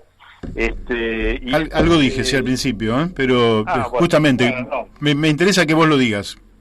Sí, la única escuela que ha estado funcionando con continuidad durante toda esta pandemia, porque quedó excluida de la cuarentena, es una escuela que funciona en la base Esperanza, en la Antártida Argentina, y que funciona desde hace ya más de 2 décadas, y la verdad que es un orgullo enorme poder contar con una escuela haciendo patria de verdad en esos lugares recónditos, y que además por supuesto levantan la bandera de la Argentina bicontinental, con presencia permanente en el continente blanco. Así que en el día del himno nacional, la verdad esta es una noticia muy alentadora, y lo engancho esto con otro tema que me parece que es uno de los temas centrales que está dejando al descubierto la crisis del coronavirus en la Argentina, y me parece que esta crisis, que quizás sea la más fundante, la más profunda, tiene que ver con algo que vos comentaste hace un rato, que es la ausencia de un proyecto de país que enamore a los argentinos y que nos ponga rumbo hacia un destino. Sí. Esta crisis ha desnudado la ausencia profunda de un proyecto, ¿sí? Y un proyecto que no aparece ni en el gobierno ni en la oposición, un proyecto que no termina de emerger, pero creo que es un momento para que los argentinos reflexionemos y busquemos entre todos la articulación de este proyecto de país que necesitamos. Un proyecto de país que necesita repensar la geografía, que necesita repensar, los términos fundacionales, ¿sí? O sea, de volver hacia el concepto de igualdad que vos planteabas recién, de igualdad de oportunidades para todos los argentinos y argentinas, y un proyecto, digamos, donde que se tiene que centrar en nuestras capacidades y en nuestra fuerza. Sabemos que tenemos por delante momentos duros. ¿Qué vamos a hacer? El pueblo argentino va a tener que hacer un gran sacrificio para salir de esta situación que nos va a dejar la crisis del coronavirus y la terrible crisis económica que estamos viviendo. Ahora, el tema es tener un proyecto, decir, bueno, nos ajuntamos el cinturón, pero yo sé que mi hija dentro de 10 años va a poder tener su casa, va a poder seguir mandando sus hijos al colegio, que la universidad estatal va a volver a ser de excelencia y para todos, y que la educación pública va a volver a ser el eje de la prosperidad de la Argentina, que la ciencia va a ocupar el lugar que tiene que ocupar, un proyecto donde le demos lugar a las cosas importantes, ¿sí? De las que hoy no se habla. Estamos enrollados en una maraña, y yo creo que como después de un gran cataclismo, de una guerra, de un gran desastre, nosotros tenemos que plantearnos hacia dónde vamos, ¿sí? Bien. Y rescato la entrevista que hiciste con Margarita, que me pareció muy buena, pero agrego, Margarita, es necesario discutir hacia dónde vamos, el proyecto de país. Hay que darle más contenido. Esto es lo que me parece a mí, ¿no? Digamos, humildemente lo digo, pero me parece que hay que discutir a fondo, ¿viste? Bueno, eso creo que, eso no, como dijo el oyente, por ahí mis preguntas no estuvieron orientadas en esa dirección, pero yo estoy total y absolutamente de acuerdo que la Argentina tiene que volver a discutir un proyecto nacional, un proyecto de país, un proyecto que inserte a la Argentina en este nuevo mundo, y me parece que ese es el gran desafío. Y vos sabés que, hablando de desafíos, yo creo que entre todos los desafíos que tenemos los argentinos, el primero es ver cómo cómo nos relacionamos buenamente entre nosotros. Y si me disculpás, Daniel, te voy a dejar, que creo que tengo un llamadito. Bueno, cómo no. Te mando un fuerte abrazo. Dale. A Daniel de Abrantes, amigo, y creo que estamos... Y vaya a saber dónde estamos entonces, pero me parece muy claro lo que dijo lo que dijo Daniel. Efectivamente, los argentinos tenemos que definir un proyecto de país y comunicarlo, que es lo otro difícil, no puede estar solo en un... Ahí está Mónica. Bueno, buenos días, Mónica. ¿Cómo te va, Mario? Bueno, digámosle que ya te presentamos, pero digamos que estamos hablando con la diputada nacional, doctora Mónica Frade. Así que yo te voy a decir simplemente Mónica, pero para que los oyentes sepan que estamos hablando con una diputada nacional. Mónica, además de los ruidos que me aparecen acá en el... Sí. Ahí parece que mermaron. Yo quería preguntarte, vos como diputada nacional, y lógicamente que siguiendo la cuarentena y respetando estas indicaciones sanitarias que incumben a la totalidad de los argentinos, pero también a los argentinos nos preocupa qué está pasando con las instituciones y en particular qué está pasando con el Congreso Nacional. ¿Qué nos podés decir? Bueno, lo primero que debo decirte es que comparto la misma preocupación tuya y de los argentinos. No tenemos de momento ninguna comunicación de que el Congreso vaya a sesionar en lo inmediato. Ustedes saben, porque fue público, que estos últimos 20 días hubo pruebas de sesiones virtuales con plataformas con un sistema doble por el cual por la computadora entrábamos al recinto y por el teléfono votábamos. Ajá. Las pruebas que se han hecho evidentemente fallaron, hubo errores técnicos en las primeras, en la última que fue hace un par de días también, y esto hace que tampoco haya sesiones virtuales, las que yo te aclaro que repruebo de momento, no estoy de acuerdo. A ver, Sí. voy a empezar por el principio. Todavía nadie me dice cuál es el obstáculo para tener la sesión presencial.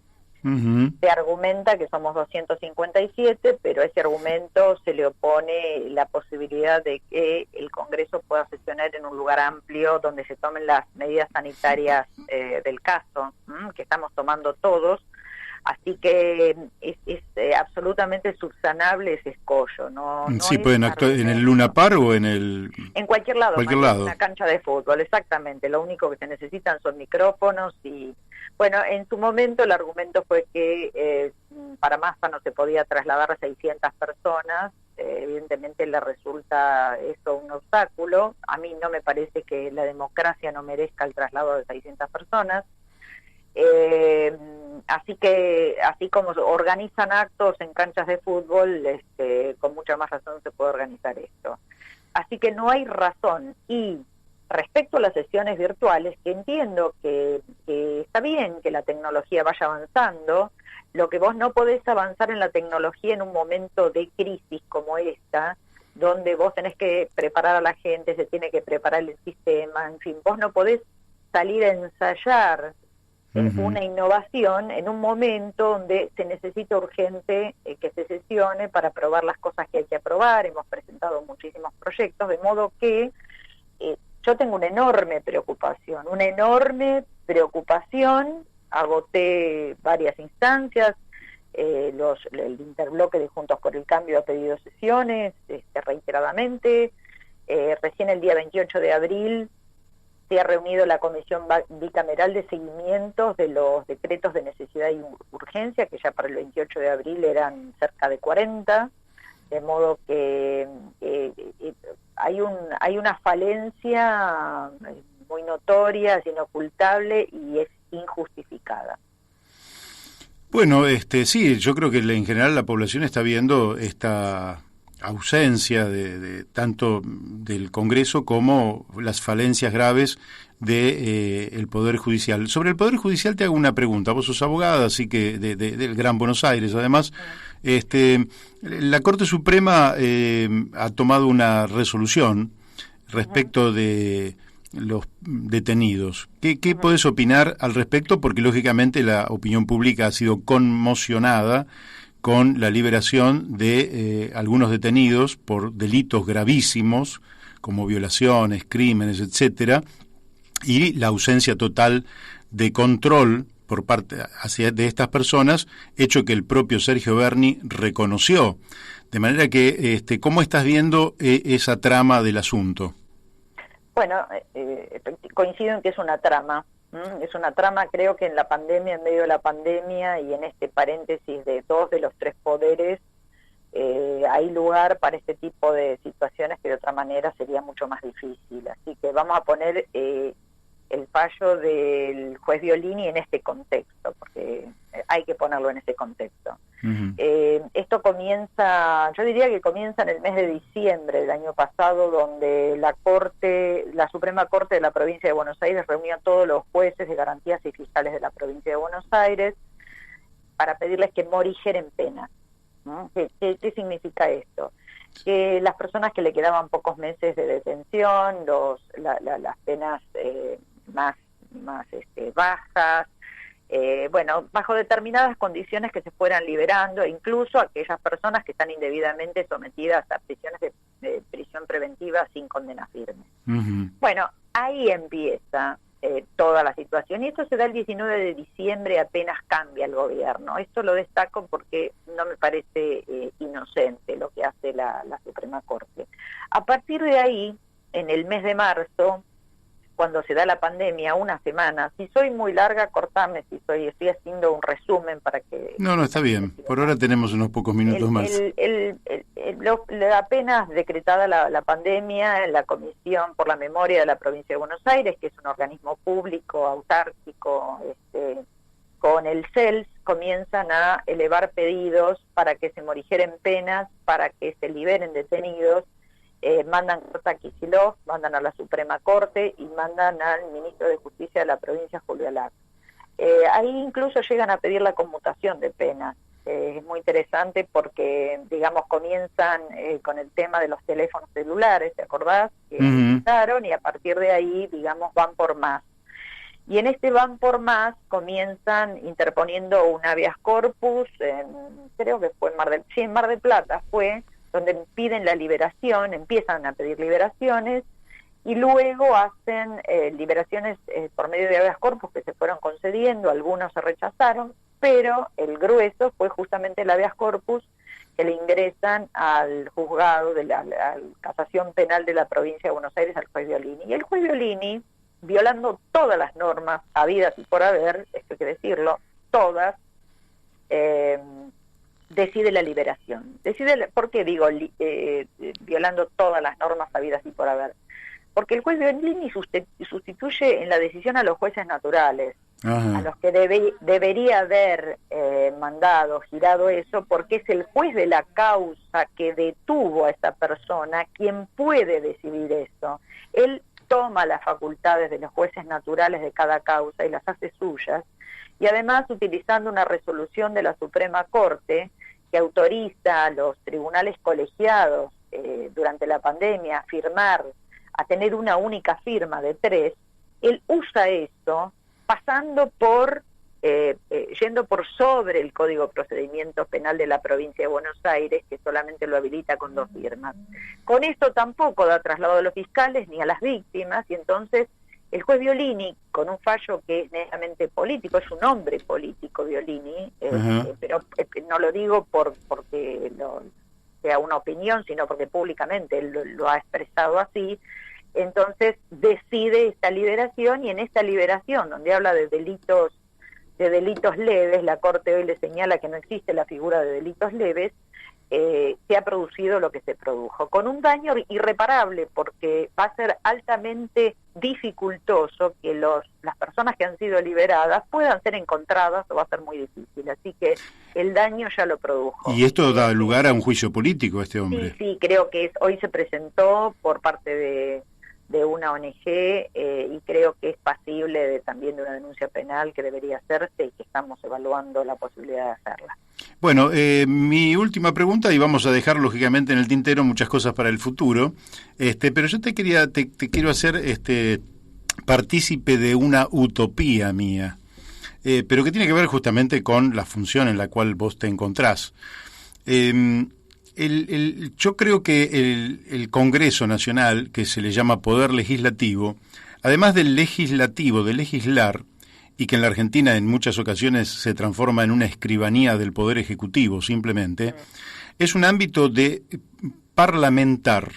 Y el parlamentar, como en el ágora griego, es un ámbito donde hablan y se van en ese dialogar de unos y de otros, se van generando ideas que son capturadas por la inteligencia colectiva del cuerpo y luego elaboradas, desarrolladas, enriquecidas y transformadas en proyectos. Es decir, lo que yo llamaría, en lugar de un poder judicial, un parlamento creativo, colaborativo y cooperativo, es decir, que sea realmente un ámbito de discusión de los grandes temas nacionales, a partir de los cuales se le aporta a quien está gestionando ideas que signifiquen cambios significativos para la vida de los argentinos.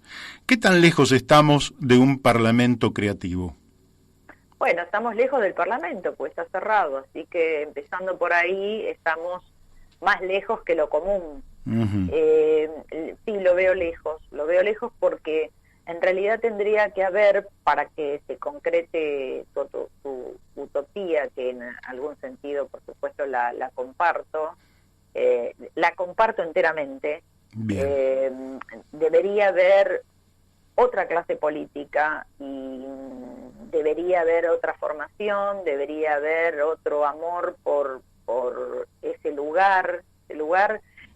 Cuando uno lo piensa fríamente, hay 257 personas que están decidiendo por casi 45 millones, y entonces da friolera pensarlo así, ¿no? Uh-huh. Porque genera, a mí me genera un agobio de responsabilidad que es enorme.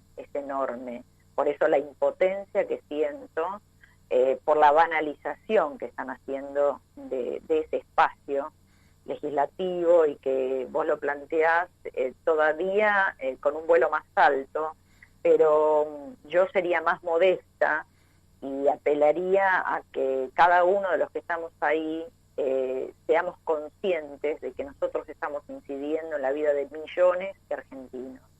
Y el no funcionamiento de eso también está incidiendo en la vida de millones de argentinos, y es desde ahí que tengo mucha bronca, si querés, y siento que esa banalización que estoy viendo, y que la corporizo en su propio presidente, creo que desprecian el espacio, justamente por lo que decís vos. Históricamente se ha transformado en una escribanía, y entonces creo que la viven como una escribanía. Creo que hay que hacer un trabajo profundo para llegar a eso. No creo que creo que es válida la utopía, y bueno, algunos, qué sé yo, modestamente creemos que hay que apuntar a esto, pero estamos muy lejos. Bueno, Mónica, te agradezco muchísimo, vamos a volver a conversar, y bueno, y también vamos a conversar sobre proyectos y propuestas que han llevado al Congreso de la Nación, pero quedará para otro día. Bueno, te mando un abrazo grande, y a todos tus escuchas también. Y bueno, hoy es el día del himno nacional, así que recordémoslo. Sí, lo hemos pasado cantado por Jairo, y la verdad es que nos emocionó muchísimo. Bueno, a mí también, dale. Bueno, un beso grande, Mario. Un beso. Muchas gracias. Bueno, vamos en estos programas, que son programas cada día más tormenta de ideas, de palabras. Vamos desarrollándolo, Creo que vamos a estar en contacto, si las cosas están bien, con un economista de jerarquía, con el cual veníamos hablando ya sobre temas que son absolutamente candentes. Estoy hablando con Alexis Dritsos. Alexis, buenos días, ¿cómo estás? Hola Mario, ¿cómo andás vos? Bien, muy bien, un gustazo.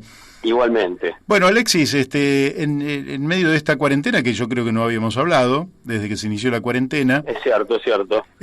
Nosotros seguíamos la suerte de quienes habían comprado una casa a través de los créditos UBA, que había un conjunto de deudores que habían sido castigados por estas variables macroeconómicas que tiene la Argentina.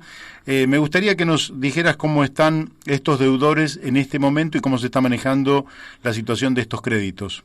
Bueno, esto quería hacer una reflexión, porque estuve escuchando parte del programa, esto que vos decías, ¿no? El sueño y lo que decían algunos de los interlocutores que entrevistaste, en donde tenemos que pensar el país, que falta cambiar, y una de las cosas es esto que vemos con los créditos UBA, no es más ni menos que la reforma que es necesaria al sistema financiero. Ahora voy a referirme a los UBA, pero creo que esto se inserta dentro de esa problemática, y que no ha sido abordada realmente todavía por el gobierno. Y yendo en específico a lo de los créditos UBA, básicamente la gente sigue sujeta a un mecanismo que actualiza el capital, lo indexa a partir de cómo evoluciona la inflación, y las opciones que le han dado, que son atenuantes, porque en realidad el reclamo original de los tomadores de los créditos es la eliminación del sistema indexatorio con estas características, algo que hemos charlado y debatido, no ha tenido eco, y entonces el gobierno actual le dio las siguientes posibilidades. Por un lado, aquellos que siguen pagando les permite congelar la cuota con los valores de marzo hasta fin de septiembre, y pagar luego de ese proceso las diferencias que hubieran surgido de haber aplicado la actualización del UBA en 3 cuotas. O sea, marche preso, lo atenuaron un poco, pero paga. Segunda opción, pueden decidir no pagar, e inclusive les permiten cortar el débito automático, las cuotas que van de abril a fines de junio, y pueden cargar esas cuotas que vencían en esos meses al final del crédito con la tasa normal, con lo cual es como que crecieran 3 cuotas al fin del proceso, cosa que yo les recomiendo mucho hacer a los tomadores, ¿no? Patearlo bien lejos, y quizás el día de mañana eso se acomode de otra manera, y estos 3 meses tenerlos sin tener ese costo adicional. Y la tercera opción es no pagar, si no pagan, pero después, a partir de octubre, si pagan el total de la cuota, pagan sin punitorios, o sea, pagan sin ningún tipo de recargo, pero la pagan. Son las 3 opciones que existen hoy para los créditos UBA, pero siguen funcionando del mismo modo, y lamentablemente vemos que el índice de inflación tiende a no aflojar, parecía que iba a bajar, pero bueno, estamos observando que está moviéndose bastante fuerte el tema inflacionario, con lo cual el panorama no es muy alentador a futuro para los tomadores de créditos UBA. Y yo imagino además que habrá muchas familias que tomaron un crédito pensando en una actividad económica, que yo tengo un comercio, tengo un taller, tengo lo que tenga, y de pronto se me cae la actividad y mi ingreso se desvanece. Es terrible porque generalmente los medios han tomado solamente el drama muy fuerte, por cierto, de los tomadores para compra de vivienda, pero lo que vos decís es una gran verdad, porque vos fíjate, hay gente que ha comprado vehículos para poder usarlos de remis, de taxis, para transportar mercaderías, etcétera, como hay gente que ha tomado esos créditos para hacer una refacción, para poder poner en marcha un localcito comercial, algún pequeño emprendimiento, y están totalmente descalzados entre ya de movida con la economía de crisis previa a la pandemia. Imaginemos lo que es el panorama ahora, en donde directamente uno ha visto en los lugares que vivimos, en los barrios, uno ha visto algún localcito que arrancó y que lo agarró la pandemia, y muchos de esos se han financiado con un crédito de ese tipo, así que realmente es muy triste que no se pueda resolver eso, y uno ve estas cosas que uno a veces no entiende. Vos hablabas del Congreso, de la visión que debe tener como facilitador de ser una usina de ideas para los gobiernos, porque en realidad el estado de parlamentar es ese, y vos fijate que estamos hablando de la sustentabilidad de la deuda soberana de la Argentina, pidiéndole racionalidad al acreedor, y nosotros no hacemos lo mismo con estos tomadores de créditos que están atados y que son nuestra gente. Entonces sí, esas cosas son las que a mí me parece que hay mucho por hacer en la agenda del día después, ¿no? Bien. Siguiendo con el UBA, yo noté como algo positivo que se pudiera ahorrar en pesos a través del UBA, es decir, que alguien guarda 100 pesos, los ahorra, eso le da una tasa de interés muy chiquitita, según Miguel Pese, del 1,5% anual, pero en definitiva vos mantenés constante el poder adquisitivo de esos 100 pesos, con lo cual permitiría ir dejando de lado el dólar como fórmula de ahorrar y empezar a ahorrar en pesos y generar crédito también en pesos. ¿Cómo ves vos este mecanismo? Bueno, desde el punto de vista del ahorro, es cierto, el modelo son plazos fijos a 90 días con la posibilidad de precancelarlos a los primeros 30. Si se siguiera a los 90 días, la tasa de interés sería del 1% anual por arriba de lo que evolucionó la inflación. Entonces se estaría dando prácticamente que los pesos que vos pusiste al principio comprarían la misma cantidad de productos y servicios al final del proceso promedio, ¿no? Porque claro, convengamos que a veces tenemos, y esto es interesante remarcarlo, vos viste que a veces la inflación da un porcentaje de variación del índice de precios, que es un número de índice, pero nosotros de golpe en una canasta personal, por ejemplo, un jubilado, los medicamentos no evolucionaron como la inflación, superaron. Claro. O los alimentos superan el índice de inflación. Entonces depende mucho de cuál es la canasta que una familia o una persona aplica para ver si está peor o mejor, inclusive contra inflación. Por eso son temas bastante complejos. Es cierto que es un intento de buscar eso. Yo creo que de todas maneras hay dos cuestiones importantes para que esto cambie.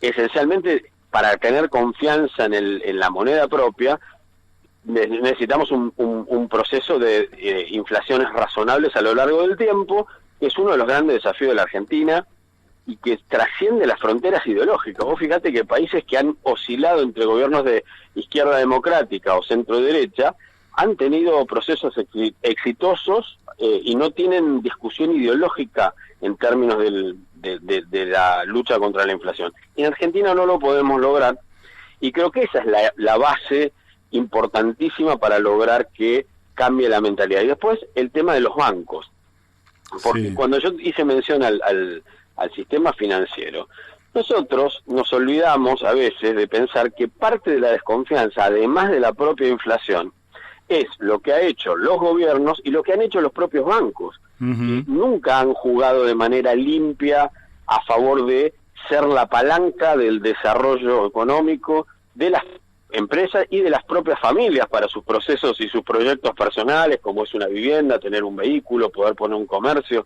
Entonces, se retroalimenta el proceso inflacionario, gobiernos permisivos con esos abusos y aparte gobiernos abusadores de la confianza pública y sistema financiero jugado totalmente a la usura y al negocio fácil. Entonces, ese círculo me parece que es mucho más complejo de desatar que solamente el hecho de tener un depósito que acompañe, que es un punto, pero bueno, me parece que estamos lejos todavía de tener un instrumento confiable para depositar en pesos que sea de uso masivo, ¿no? Claro, la ley de entidades financieras, bueno, vos sabés que viene de la dictadura, lo sabemos todos, ya es de la democracia, digo yo, porque después de tantos años es de la democracia.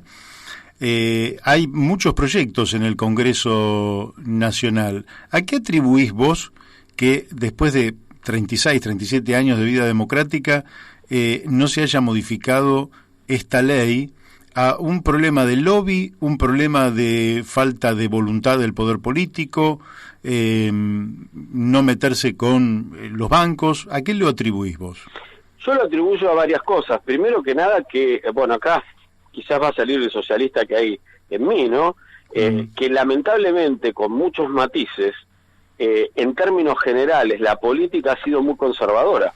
Es decir, no tener las agallas, la voluntad y quizás tienen el temor de hacer los cambios estructurales que modifican privilegios.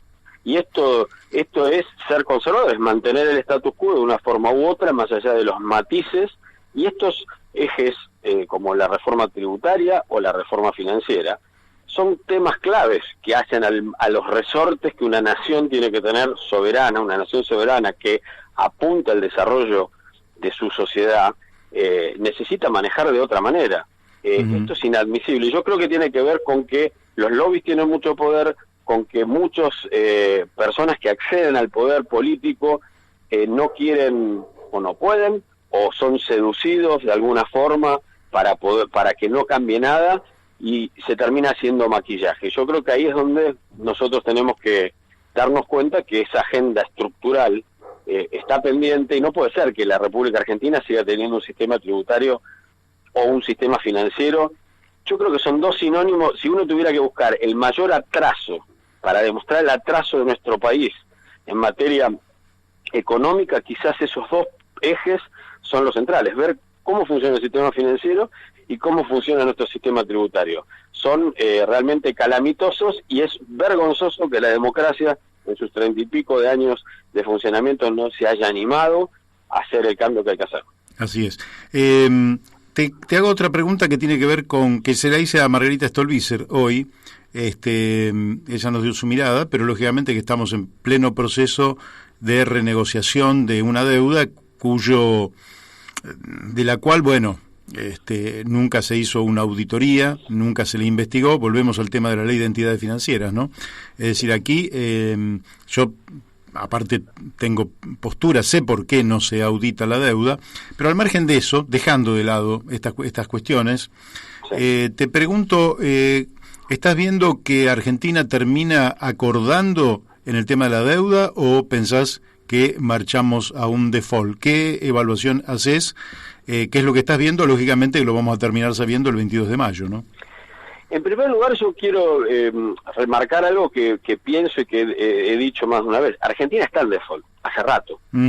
Y los mercados lo saben, los gobiernos lo saben, los organismos internacionales de crédito, y los únicos que parecen no saberlo son los periodistas argentinos que están queriendo, en algún sector del periodismo, tratando de responsabilizar al gobierno que lleva 4 meses en el poder de achacarle si va a entrar o no en default. Argentina está en default, tuvo un respirador artificial con el costo consiguiente que fue tener al Fondo Monetario saliendo a apagar el incendio del descalabro que armaron en poco tiempo el gobierno anterior, porque desmadró un esquema de endeudamiento que era razonable para la Argentina y su capacidad de producir, dicho por los propios gobernantes de ese momento. Cuando asumían decían que Argentina tenía un ratio razonable para sostener su deuda y se endeudaron a lo loco, se engolosinaron y así nos llevaron. Entonces yo creo que ahí hay un primer punto.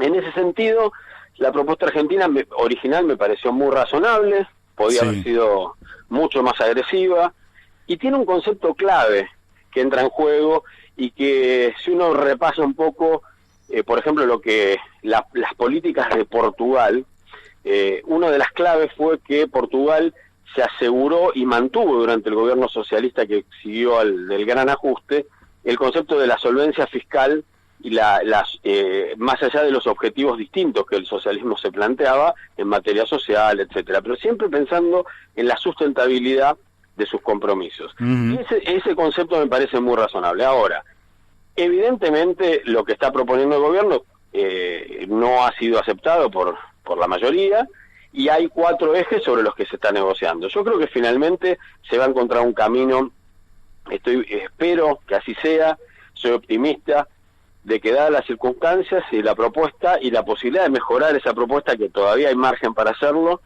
y que hoy puede jugar a favor algún dinero que el Fondo Monetario tiene guardado y que no nos entregó, pueda servir como para bajar la exposición, digamos, de poner un adelanto, poner algún dinero dulce como para mejorar la oferta, puede llegar a surtir efecto, y creo que hay herramientas. Soy optimista de que va a mejorarse la situación, y tenemos hasta el 22 para el primer capítulo, porque podría extenderse. Si Argentina paga los $500 millones de los intereses caídos, se extendería el plazo. Bien, bueno, perfecto. Alexis, te agradezco muchísimo la participación aquí en La Brújula por Radio La Luna, y te mando un fuerte abrazo. Bueno, igualmente, y muchas gracias. Bueno, gracias a vos, al contrario. Hasta luego. Hasta luego. Bueno, hemos hablado con el economista Alexis Dritsos sobre todos temas candentes, de actualidad, y que hacen a la vida de los argentinos, tanto sean los créditos UBA como la ley de entidades financieras, el papel de los bancos y este tema de la deuda, que lo seguiremos charlando en el día de mañana, donde tenemos invitado a Alejandro Olmos Gaona, que es un hombre hijo de don Alejandro Olmos, que se han cumplido 20 años de su fallecimiento, del que hemos tenido un semblante la semana pasada, y bueno, seguiremos, porque la realidad es que hay una información que se ha ventilado muy poco en la República Argentina, pero que es quizás mañana la pueda dar un poco con más extensión, prácticamente no ha salido en ningún diario, pero que es que el gobierno ha pagado deuda durante estos meses, en los últimos días también pagó deuda, y tomó también deuda, entre otros, del Banco de Desarrollo de América Latina y también del Banco Interamericano de Desarrollo. Tema interesante para poder hablar mañana entonces con Alejandro Olmos. Mañana vamos a estar haciendo también una evaluación profunda de la cuarentena con algunos especialistas, y como todo también reflejando distintas voces. Para quienes crean que solo reflejamos las voces de un lado, les decimos que no. Durante la entrevista de alguien en particular parece que estuviéramos de un lado, pero mientras tanto también queremos recibir las voces de otros lados, solo que a veces de algunos funcionarios es muy difícil extraer algún tipo de entrevista, quizás sea porque están muy ocupados o porque quieran exponerse poco, o porque estén más predispuestos a ir a los grandes programas de televisión. He observado a alguien que participa del oficialismo, a quien he querido entrevistar, muy afecto a aparecer en La Nación Más. allí aparecen y no aparecen por medios alternativos como el nuestro. Y bueno, estoy recibiendo WhatsApp, les digo que se nos ha ido el tiempo, nos estaremos encontrando entonces mañana a las 12 horas aquí en Radio La Luna AM 1140 y este programa que hemos dado en llamar La Brújula para un país que en alguna medida está a la deriva, pero que entre todos los argentinos lo vamos a volver a sacar a flote y vamos a hacer de esto un país vivible para todos los argentinos y argentinas. Fuerte abrazo y hasta mañana.